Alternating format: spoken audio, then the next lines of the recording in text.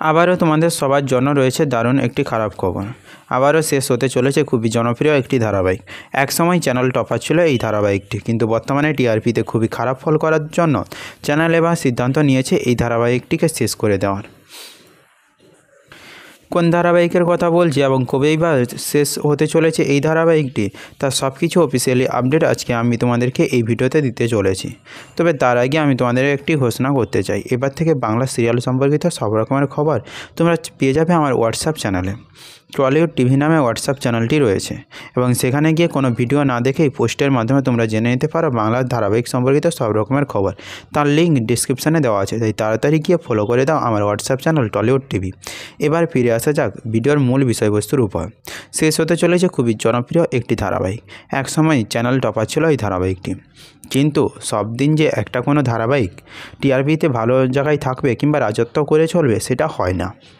কোনো একটা সময় দর্শকেরা সেই ধারাবাহিকগুলো থেকে মুখ ফিরিয়ে নেন, যার দরুন টিআরপি রেটিং কমে যায়।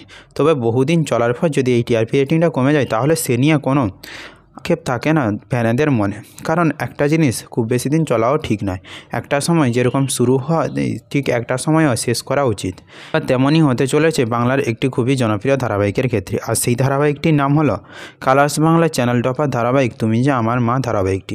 এই ধারাবাহিকটি প্রথমে রাত 9টার স্লটে সম্প্রচার হতো এবং বহুবার এই ধারাবাহিকটি টিআরপিতে চ্যানেল টপার হয়েছে এবং দুর্দান্ত টিআরপি দিয়েছে 9টার স্লটে, যার দরুন এতদিন ধরে সম্প্রচার করে এসেছিল কালার্স বাংলা এই ধারাবাহিকটিকে। কিন্তু এবার এই ধারাবাহিকের টিআরপি রেটিং কমে গেছে, রাত 8:30টার স্লটে এসেও আশানুরূপ টিআরপি দিতে পারছে না তুমি যে আমার মা ধারাবাহিকটি, যার দরুন এই ধারাবাহিকটি এবার শেষ করার সিদ্ধান্ত নিয়েছে কালার্স বাংলা চ্যানেল।